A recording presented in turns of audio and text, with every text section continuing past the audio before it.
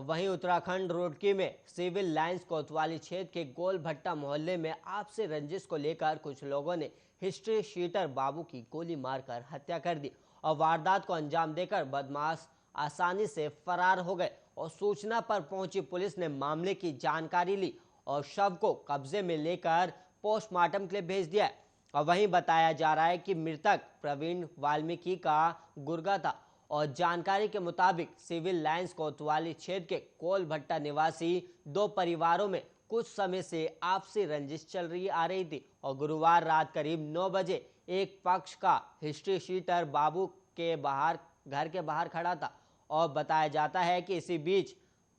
दो लोग आए और अचानक फायरिंग कर दी और एक गोली पेट में और दूसरी उसके सिर में जा लगी, जिससे उसकी मौके पर ही मौत हो गई। और गोली मारने के बाद आरोपी मौके से फरार हो गए और गोलियों की आवाज सुनकर मौके पर आसपास के लोगों की मौके पर भारी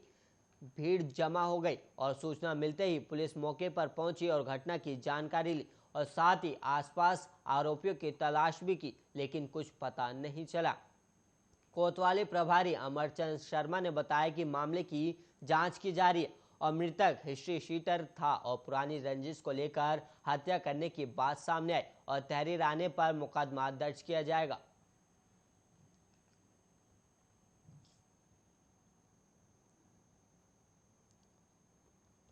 और वही फर्जी कॉल के जरिए ये लोगों को धमकाते और उनसे पैसा वसूलने का काम करते थे और इस गिरोह का एक गोरख धंधा पिछले 4 महीने से बेधड़क चल रहा था। लेकिन कहते हैं ना कि कानून से कोई नहीं बच सकता और आखिरकार पुलिस ने गिरोह को पकड़ने में सफलता हासिल कर लिया और राय जयपुर आईटी सेल से मिले इनपुट के बाद अजमेर की पुष्कर पुलिस ने ये कार्रवाई की और पुलिस के अनुसार